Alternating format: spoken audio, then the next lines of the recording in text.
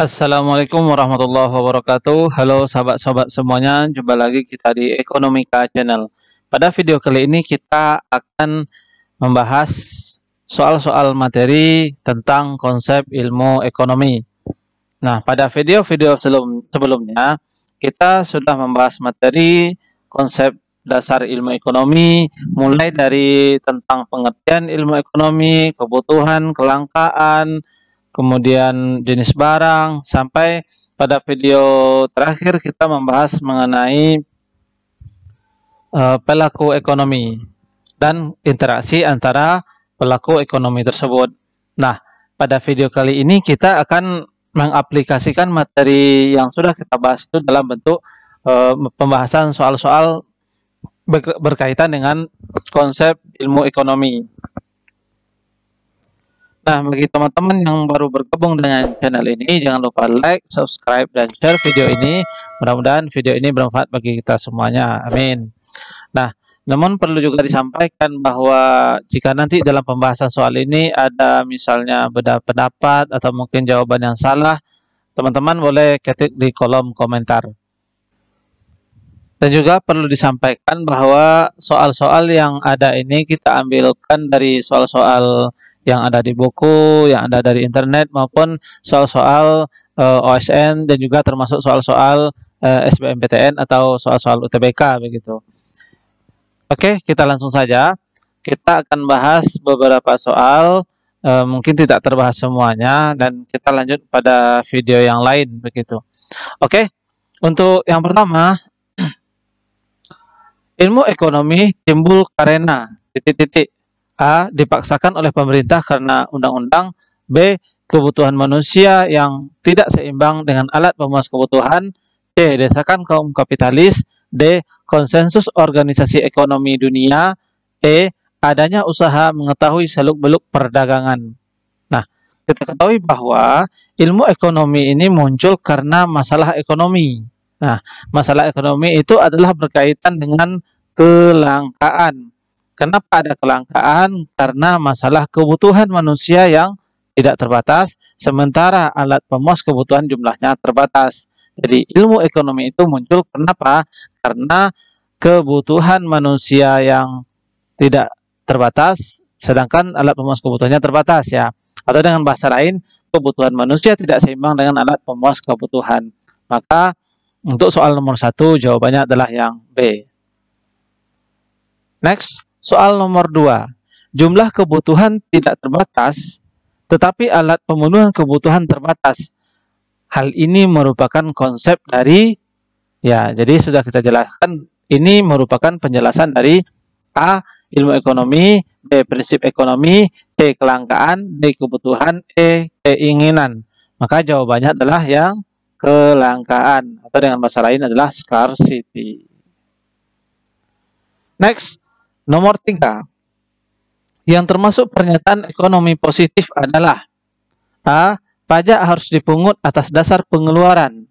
B. Sebaiknya pendapatan negara dari pajak digunakan untuk membiayai orang miskin. C.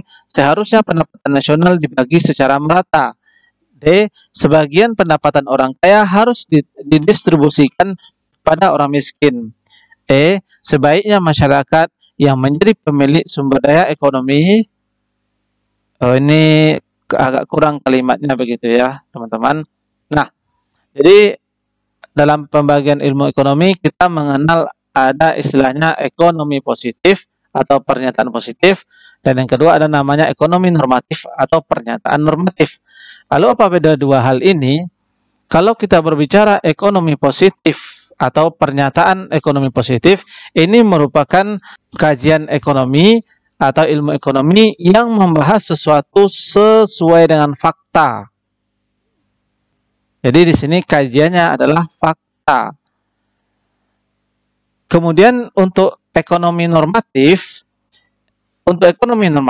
ini berisi tentang opini. Jadi kata kuncinya di sini adalah yang ekonomi positif berisi fakta, yang kedua ekonomi normatif berisi dengan opini. Bisa jadi opininya itu antara satu orang dengan orang lain itu bisa berbeda.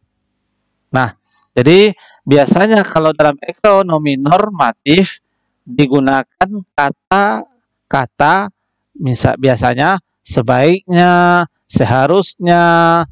Pokoknya di sana itu ada intinya adalah ada pendapat ya yang bisa jadi berbeda antara satu dengan orang lain. Kita lihat dari yang sebaiknya masyarakat, berarti ini adalah pernyataan normatif. Sebagian yang sebagian pendapatan orang kaya harus didistribusikan. Harus ya. Jadi karena harus ini berarti dia mengandung makna opini. Bisa jadi menurut si A harus, menurut si B nggak harus gitu. Yang C seharusnya, sama lagi ya, seharusnya. Kemudian yang B sebaiknya. Jadi B, C, D, E ini adalah pernyataan atau ekonomi normatif ya. Maka untuk yang nomor 3 yang merupakan termasuk pernyataan ekonomi positif adalah pajak harus dipungut atas dasar pengeluaran ya. Jadi pajak itu dipungut atas dasar pengeluaran.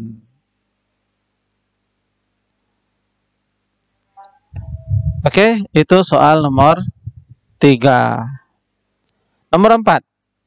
Ilmu ekonomi meneliti bagaimana berbagai keputusan dan perilaku kegiatan ekonomi dapat mempengaruhi penawaran dan permintaan atas barang dan jasa sehingga dapat menentukan harga. Disebut ilmu ekonomi bla bla bla. Nah, jadi di soal nomor 4 ini masih berkaitan dengan pembagian ilmu ekonomi, di mana kita ketahui ekonomi itu berupa ekonomi deskriptif, ekonomi teori. Dalam hal ini ada ekonomi teori mikro ataupun ekonomi makro dan ekonomi terapan. Untuk soal nomor 4 ini kita ketahui bahwa kata kuncinya di sini adalah keputusan perilaku kegiatan ekonomi dalam hal permintaan dan penawaran sehingga membentuk harga ya. Jadi ini adalah kajian dari ilmu ekonomi mikro ya. Jadi untuk soal nomor 4, permintaan, penawaran, harga, produksi, konsumsi, ini kajian dari lingkup ekonomi mikro yang membahas kajian ekonomi secara individu. Next, soal nomor 5. Di beberapa daerah terjadi kelangkaan BBM bersubsidi karena terhambatnya pasokan sehingga beberapa SPBU terlihat antrian panjang kendaraan yang ingin mengisi bahan bakar. Cara yang paling tepat untuk mengatasi kelangkaan tersebut dalam jangka pendek adalah A. Memperbanyak BBM non-subsidi agar masyarakat pindah dari BBM bersubsidi. B. Memperbaiki saluran distribusi sehingga tidak terjadi keterlambatan. C. Mengurangi pasokan BBM bersubsidi agar masyarakat tidak tergantung. D. Membatasi pembelian oleh masyarakat agar tidak lagi terjadi kelangkaan. E. Mendatangkan pasokan BBM bersubsidi dari daerah lain yang berlebih. Katanya di sini bahwa BBM bersubsidi itu terhambat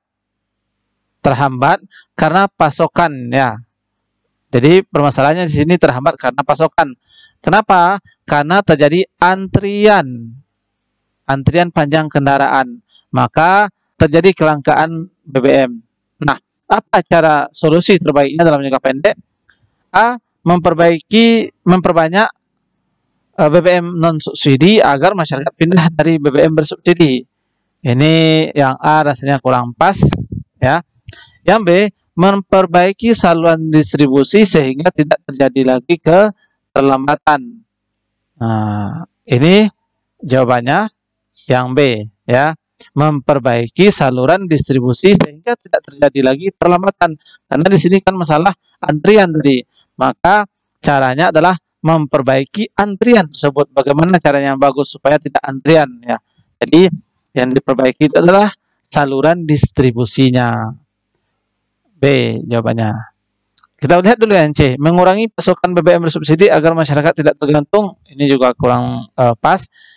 D. Membatasi pembelian oleh masyarakat Rasanya agak susah ya. Yang E, mendatangkan pasokan BBM subsidi dari daerah lain. Mungkin bisa, tapi mungkin tidak dalam waktu yang cepat. Maka untuk soal nomor 5 jawabannya adalah yang B. Next, soal nomor 6. Berikut ini adalah faktor-faktor yang dapat menyebabkan terjadinya kelangkaan. Jadi faktor-faktor yang menyebabkan terjadinya kelangkaan adalah A, seimbangnya antara kemajuan ilmu pengetahuan dan teknologi dengan peningkatan kebutuhan. B, terbatasnya kebutuhan yang dimiliki manusia dalam mengolah sumber daya alam yang ada. C, melimpahnya sumber daya alam. D, kreativitas manusia dalam penciptaan barang kebutuhan baru. E, melimpahnya tenaga ahli. Jadi yang ditanya di soal nomor 6 ini adalah penyebab kelangkaan. Ya. Yang A, seimbangnya kemajuan ilmu pengetahuan dengan teknologi dengan peningkatan kebutuhan. Kalau seperti ini tidak akan terjadi kelangkaan. B, terbatasnya kemampuan yang dimiliki manusia dalam mengolah SDA yang ada. Jadi ini salah satunya ya.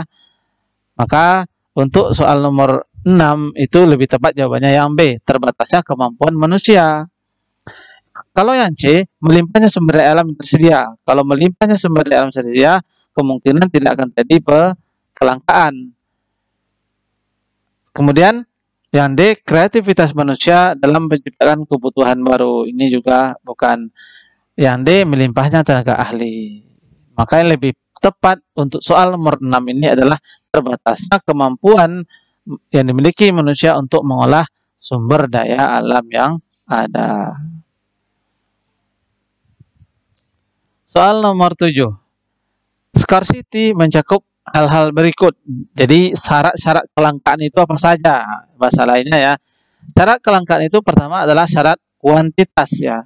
Artinya kalau misalnya ditemukan dalam jumlah yang banyak berarti tidak langka gitu ya. Ini termasuk ya syaratnya. Kemudian kualitas juga sama ya, termasuk juga syarat dari kelangkaan. Kemudian yang C, tempat. Jadi syarat kelangkaan yang ketiga itu adalah tempat. Maksudnya apa? Andaikan semua ditemukan di semua tempat barang tersebut, berarti barang tersebut tentu tidak langka. Yang D, waktu ya. Ditemukan di setiap waktu, berarti barang tersebut tidak langka. Maka yang bukan termasuk ya hal-hal atau syarat dalam scarcity atau kelangkaan itu adalah fasilitas. Maka jawabannya adalah yang E. Yang nomor 8. Barang yang jumlahnya terbatas dan dibutuhkan manusia serta untuk mendapatkannya membutuhkan pengorbanan ya. Jadi barang dilihat dari cara memperolehnya ya. Kita ingat barang dilihat dari cara memperolehnya ada dua. Yang pertama adalah barang bebas atau free goods ya. Artinya barang yang untuk mendapatkannya itu tidak butuh pengorbanan. Misalnya kalau untuk kehidupan kita sehari-hari bagi kita yang sehat, oksigen atau mungkin air di daerah-daerah pegunungan ya yang banyak airnya itu dikatakan barang bebas. Yang kedua adalah barang ekonomi atau economic goods, yaitu barang yang untuk mendapatkannya itu butuh pengorbanan. Ya, misalnya air bersih untuk daerah kawasan-kawasan kota besar. Atau mungkin juga udara ya. Kita ketahui udara di daerah-daerah banyak industri, pusat industri ya. Udara segar itu termasuk barang ekonomi. Nah, jadi untuk soal nomor 8, barang yang jumlahnya terbatas dan dibutuhkan manusia serta untuk mendapatkannya itu membutuhkan pengorbanan disebut juga dengan economic goods ya, atau barang ekonomi. Kemudian ada barang publik dan barang privat ya.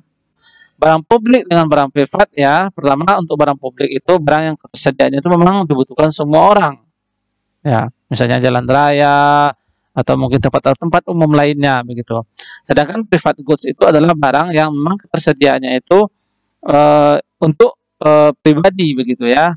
Seperti kebutuhan-kebutuhan pribadi kita yang mungkin berbeda antara satu dengan yang lain. Jadi untuk barang publik dengan barang privat ini bersifat ada namanya barang publik itu bersifat non-eksklusif, non-rival ya. Sedangkan barang privat itu bersifat eksklusif dan privat. Nanti kita jelaskan pada video ataupun pertemuan yang lain.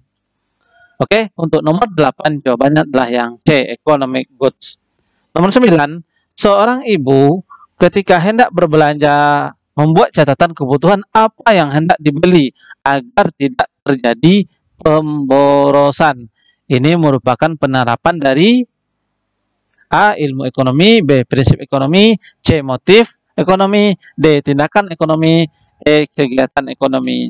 Jadi karena di sini adalah dalam hal membuat sesuatu agar tidak terjadi pemborosan. Dalam hal ini si ibu membuat catatan kebutuhan. Nah, supaya apa? Supaya tidak jadi pemborosan. Maka di sini dikatakan seorang ibu tersebut sedang menerapkan yang namanya prinsip ekonomi. Kalau ilmu ekonomi itu berkaitan dengan pembahasan materi ya, maksudnya ilmu yang mempelajari bla bla bla begitu ya. Kalau motif ekonomi sesuatu yang mendorong seseorang melakukan kegiatan ataupun tindakan ekonomi. Untuk D dan E ini rasanya sama. Next, soal nomor 10. Ahmad sangat terdorong melakukan pekerjaan karena ingin mendapatkan penghasilan untuk memenuhi kebutuhannya ya. Dalam hal ini merupakan penerapan dari ilmu ekonomi, prinsip, motif, tindakan, kegiatan ekonomi. Nah, jadi seseorang itu bekerja karena apa? Karena ingin mendapatkan penghasilan untuk memenuhi kebutuhan. Maka jawaban untuk nomor 10 ini adalah motif ekonomi ya. Jadi salah satu motif ekonomi itu adalah motif kebutuhan. Seseorang bekerja karena ingin memenuhi kebutuhan hidupnya. Begitu. Maka nomor 10 jawabannya adalah yang C. Soal nomor 11. Mayoritas penduduk Indonesia mengonsumsi beras, tetapi produksi beras saat ini menurun. Di kota-kota tertentu sudah terasa kelangkaan terjadi, sehingga beras melambung tinggi. Untuk penelitian sementara menyatakan permasalahan ini diakibatkan mahalnya bibit padi. Untuk pemecahan masalah kelangkaan yang tepat adalah A. Memberlakukan program transmigrasi ke daerah yang kosong atau baru. B. Memberikan subsidi kepada petani dan mengurangi konsumsi beras. C. Berhenti berproduksi padi, beralih kepada produksi yang pangan alternatif. D. Memberikan penyuluhan kepada petani cara peningkatan produksi padi. E. Memberikan subsidi kepada petani untuk membeli bibit dan membuka lahan pertanian yang baru. Jadi di soal nomor 11 ini dinyatakan bahwa produksi beras itu semakin berkurang, sehingga menyebabkan harga beras melambung tinggi. Nah, dari penelitian sementara ini diakibatkan mahalnya bibit padi ya. Maka untuk memecahkan permasalahan ini yang dilakukan adalah ya, jadi jawabannya yang logis ya. Yang A, memberlakukan program transmigrasi ke daerah yang baru atau kosong. Jadi ini rasanya bukan langkah yang bijak ya. Ketika terjadi kelangkaan beras lalu dilakukan transmigrasi. Oke. A, salah. B, memberikan subsidi kepada petani. Bisa juga ya, diberikan subsidi kepada petani dan mengurangi konsumsi beras. Ini rasanya agak susah ya, karena mayoritas penduduk kita itu mengkonsumsi beras. Jadi B juga tidak tepat. C, berhenti berproduksi padi. Rasanya juga kurang pas yang seperti ini ya. Karena seperti yang dijelaskan tadi, mayoritas Indonesia kita adalah konsumsinya adalah beras. D, memberikan penyuluhan kepada para petani cara meningkatkan produksi padi. Bisa juga, tapi ini kurang tepat dalam rangka untuk mengatasi kelangkaan ini. E, memberikan subsidi kepada petani untuk membeli bibit. Benar. Dan membuka lahan pertanian yang baru, sehingga produksi beras bisa menjadi lebih banyak. Maka untuk soal nomor 11 jawabannya adalah yang E. Next, soal nomor 12. Kebutuhan menurut intensitasnya terdiri dari atas. Ya, kebutuhan menurut intensitas atau tingkat kepentingan adalah primer, sekunder, tersier, jasmani, rohani, sekarang, masa depan, elastis, inelastis, individual, dan kolektif. Nah, maka untuk soal nomor 12 itu jawabannya tepat adalah yang A, primer, sekunder, dan tersier. Kalau jasmani, rohani itu berdasarkan sifat. Kalau sekarang maupun masa depan itu menurut waktu. Kalau individu dengan kolektif itu menurut subjek. Nah, maka untuk soal nomor 12 jawaban yang tepat adalah yang A. Nomor 13. Pak Alfi adalah seorang pemilik restoran suka makan. Beliau biasa membeli daging di supermarket atau pasar dekat tempat usahanya. Pada bulan September, ia bertemu dengan seorang pengusaha daging. Harga yang ditawarkan pengusaha daging tersebut jauh lebih murah dibandingkan dengan yang biasa ia beli. Nah, terhitung mulai bulan Oktober, Pak Alfi membeli daging kepada pengusaha tersebut. Harga yang lebih murah membuat keuntungan Pak Alfi bertambah. Cara yang dilakukan oleh Pak Alfi termasuk motif ekonomi, politik ekonomi, prinsip ekonomi, tindakan ekonomi, hukum ekonomi. Nah, kita ketahui bahwa dalam hal ini apa yang dikejarnya adalah harga murah, ya, sehingga keuntungannya bisa bertambah. Maka ini bagian dari prinsip ekonomi, ya. Dengan pengorbanan sedikit bisa mendapatkan hasil tertentu. Maka nomor 13 itu jawabannya adalah yang C. Untuk nomor 14 ini juga sama dengan tadi, ya, nomor 5. Untuk nomor 14 ini adalah yang D, ya, memperbaiki saluran distribusi. Oke. Next, untuk soal nomor 15. Barang yang cara memperolehnya harus melakukan pengorbanan. Sudah kita jelaskan juga tadi, ya. Ini adalah barang ekonomi atau economic goods. Jadi itu dulu pembahasan kita berkaitan dengan soal-soal konsep ilmu ekonomi.